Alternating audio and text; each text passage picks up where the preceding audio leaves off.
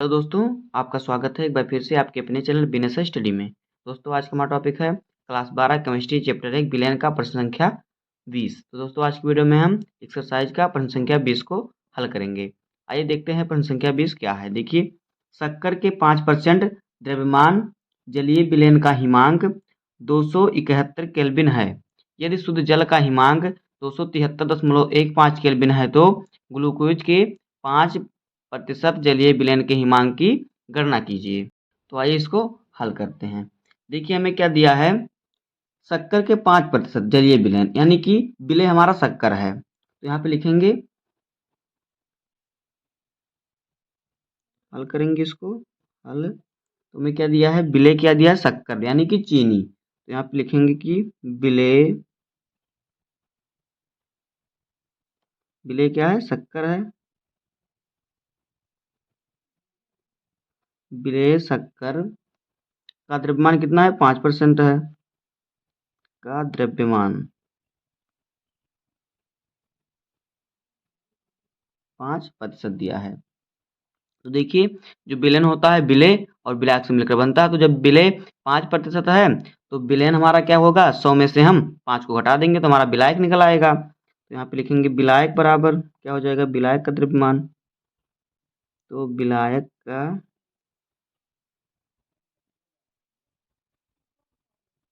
द्रव्यमान,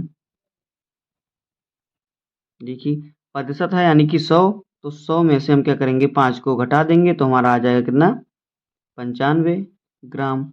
यानी कि विलेय हमारा जो चीनी है, विलेय है वो 5 ग्राम है और विलायक जो जल है वो 95 ग्राम है। ये हमारा हो गया।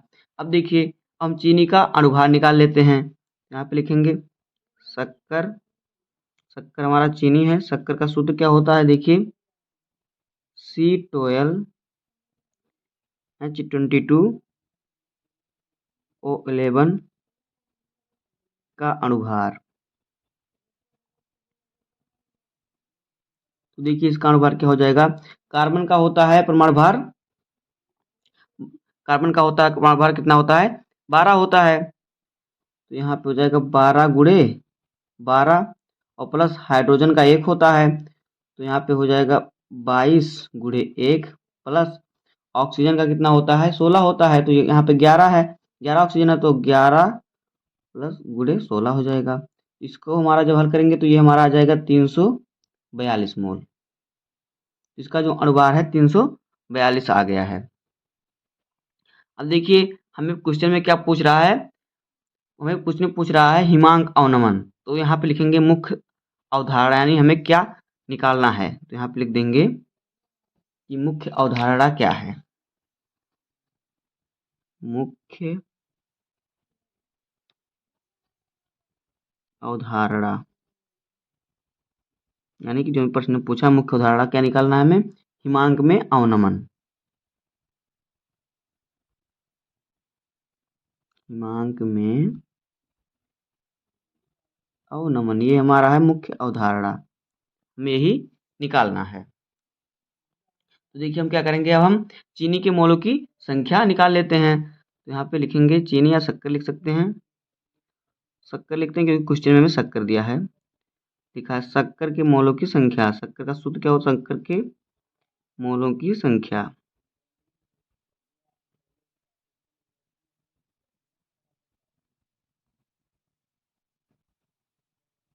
तो देखिए शक्कर के मोलों की संख्या क्या होता है, मोलों की संख्या निकालने के लिए क्या होता है, भार बटे अनुभार होता है। भार बटे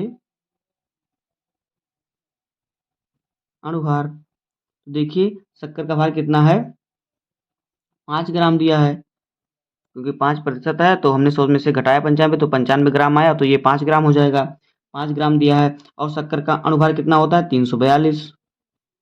342। अब जब इसको, तो ये हमारा निकल गया क्या, इसको हम काट सकते हैं या फिर ऐसे ही रहने दीजिए, अभी आपको आगे हल करने में आसानी होगी। तो ये हमारा हो गया इसका अनुभार, मोलों की संख्या या अनुभार। ये हो गया हमारा शक्कर के मोलों की संख्या यानी चीनी के मोलों की संख्या, इतना मोल। अब देखिए हम मोलता निकाल लेते हैं। तो मोलता बराबर क्या होता है, विलेय के मोल बटे विलयन, विलायक का द्रव्यमान। तो विलेय का मोल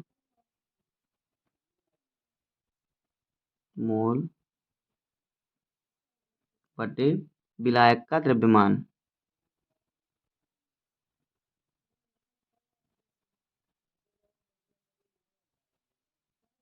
विलायक का द्रव्यमान।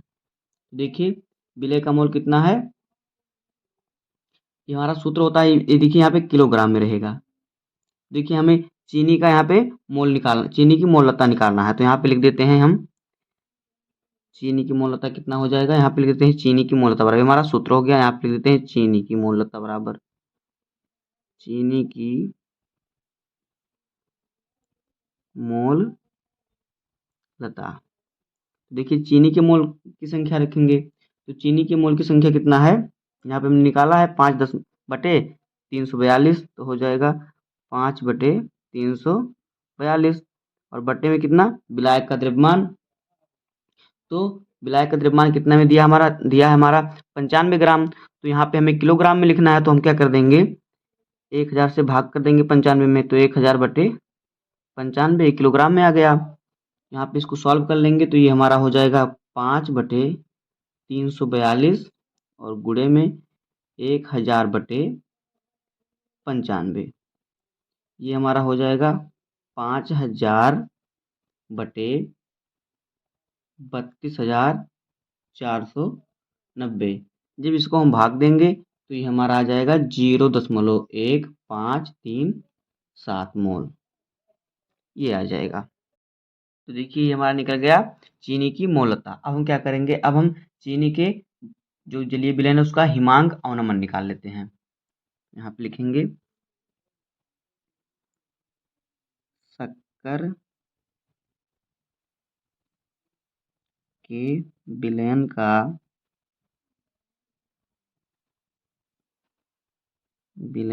हिमांक अवनमन।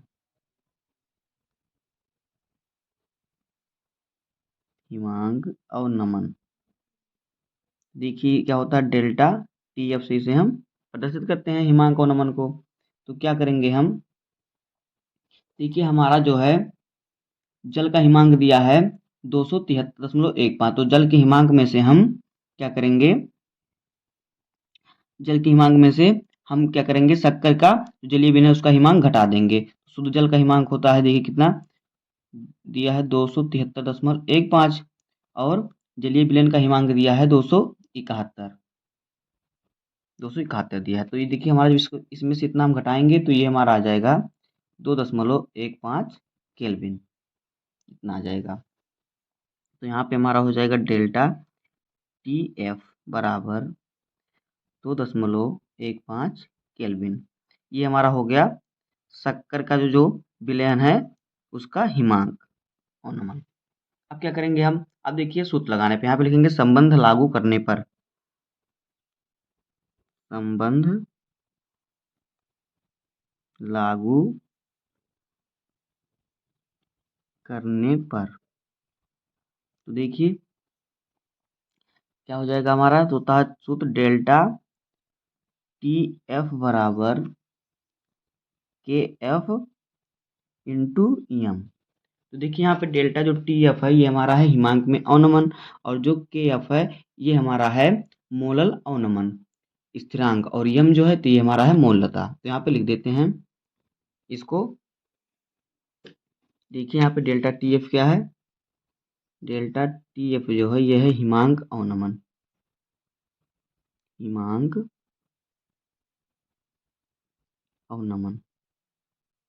और जो KF है ये हमारा क्या है, ये हमारा है मोलल अवनमन,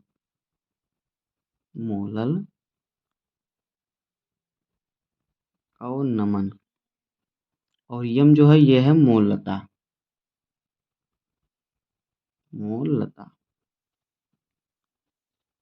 तो देखिए इसी सूत्र पर हम रखेंगे अब सवाल को।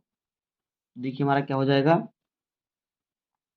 यहाँ से हम क्या करेंगे, यहाँ से हम मोलर अवनमन निकाल लेते हैं, तो हो जाएगा KF बराबर डेल्टा TF यानी कि हिमांक अवनमन और बटे मोलता। तो देखिए हिमांक अवनमन कितना निकला है, यहाँ पे अभी हमने निकाला है 2.15 के।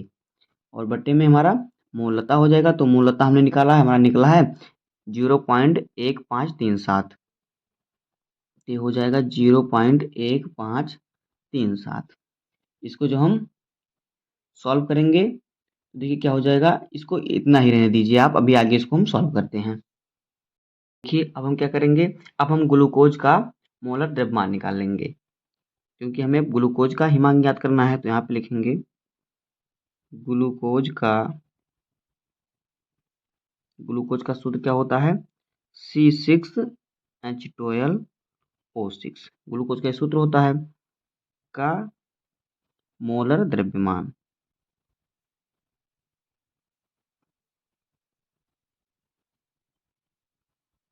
देखिए इसका मोलर द्रव्यमान क्या हो जाएगा, कार्बन का परमाणु भार होता है 12, तो 6 कार्बन है, 6 × 12 प्लस हाइड्रोजन का 1 होता है, और कितना हाइड्रोजन है 12, तो यहाँ पे कर देंगे 1 × 12 प्लस ऑक्सीजन का कितना होता है 16 होता है, 6 ऑक्सीजन है, तो कर देंगे यहाँ पे 6 × 16।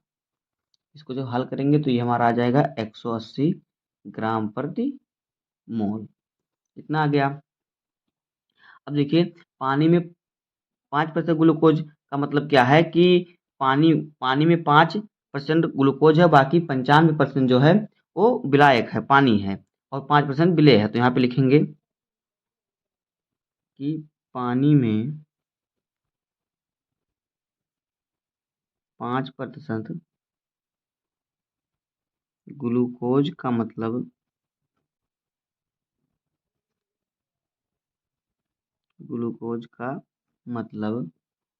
है कि 5 ग्राम ग्लूकोज 95 ग्राम पानी में मौजूद है। पानी में मौजूद है। तो देखिए यहाँ पे हम क्या करेंगे, अब हम विलेय के मोल ज्ञात कर लेते हैं। विलेय में हमारा क्या है, ग्लूकोज है, तो यहाँ पे लिख लेते हैं ग्लूकोज विलेय है, तो यहाँ पे ग्लूकोज का मोल। विलेय विलेय क्या है, ग्लूकोज, यहाँ पे लिख देते हैं ग्लूकोज के मोल। तो देखिए मोल निकालने के लिए क्या होता है, भार बटे अणुभार। तो इसका भार कितना है 5 ग्राम, और इसका अणुभार कितना है 180, अभी हमने निकाला है। तो ये हमारा हो गया, इसका हो गया हमारा मोल। अब क्या करते हैं हम, अब इसको आगे सॉल्व करते हैं। अब हम निकाल लेते हैं विलयन की मोलता। यहाँ पे विलयन जो हमारा ग्लूकोज और पानी का विलयन है उसकी, तो विलयन की मोलता। तो देखिए विलयन की मोलता निकालने के सूत्र क्या हो जाएगा, विलेय का मोल बटे विलयन का द्रव्यमान किलोग्राम में। क्या होता है सूत्र, विलेय के मोल और बटे विलयन का द्रव्यमान किलोग्राम में। विलयन का द्रव्यमान किलोग्राम में। तो देखिए यहाँ पे विलेय का मोल कितना निकला है, 5/180 अभी हमने निकाला है यहाँ पे। और इसका द्रव्यमान कितना निकला है, 95 ग्राम है दिया है इसका द्रव्यमान। तो 95 ग्राम को जब हम किलोग्राम में बदलेंगे तो इसे हम क्या करेंगे, 1000 में इससे भाग दे देंगे, तो हमारा हो जाएगा 1000/95 ग्राम। तो यहाँ पे हमारा हो जाएगा, इसको जब हम सॉल्व करेंगे तो ये हमारा यहाँ पे आ जाएगा 5/180 गुणे 1000/95। तो ये यहाँ पे सॉल्व कर लेते हैं, तो ये हमारा हो जाएगा, इसका गुणा होगा 1000 में, तो हो जाएगा ये 5000, और बटे 180 का गुणा 95 में करेंगे तो ये हमारा आ जाएगा 17100। जब इसका हम भाग करेंगे तो ये हमारा आ जाएगा 0.2923 मोल प्रति किलोग्राम, इतना आ जाएगा। तो ये हमारा निकल गया विलयन की मोलता, जो हमारा ग्लूकोज और पानी का विलयन है। अब क्या करेंगे, हम ग्लूकोज के विलयन का अवनमन हिमांक अवनमन निकाल लेते हैं। तो यहाँ पे लिख देते हैं कि ग्लूकोज के विलयन का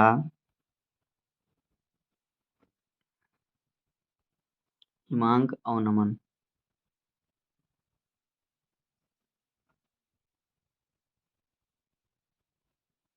हिमांक अवनमन तो देखिए हिमांक अवनमन सूत्र क्या होता है, डेल्टा टी एफ बराबर के एफ यानी कि मोलल अवनमन स्थिरांक और गुणे मोललता। तो इसी पर हम रख देंगे। देखिए डेल्टा टी एफ यानी हिमांक अवनमन बराबर जो हमारा हमने अभी निकाला है इसको, देखिए संबंध लागू करने पर हमने ऊपर अभी जब निकाला था मोलल अवनमन तो हमारा आया था के एफ बराबर, देखिए कितना आया था हमारा यहाँ पे, हमारा के एफ बराबर के एफ का मान कितना आया था, ये आया था हमारा 2.15 बटे 0.1537 इतना आया था। और देखिए और मोललता हमारा कितना आया था, ये मोललता हमारा आया था 0.29, अभी हमने मोलता यहाँ पे निकाला है 296, 296 इतना आया था। हम क्या करेंगे इसका भाग देंगे। देखिए यहाँ पे क्या डेल्टा टी एफ बराबर क्या हो जाएगा, इसको काटेंगे तो ये हमारा आ जाएगा 13.99 और गुणे 0.2926, इसका गुणा करेंगे तो ये हमारा आ जाएगा 4.09 केल्विन, इतना आ जाएगा। तो ये हमारा हो गया ग्लूकोज के विलयन का हिमांक अवनमन।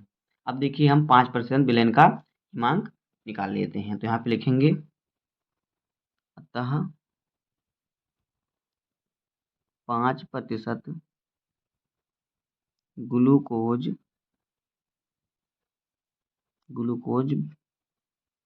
विलयन का हिमांक, ग्लूकोज विलयन का हिमांक अवनमन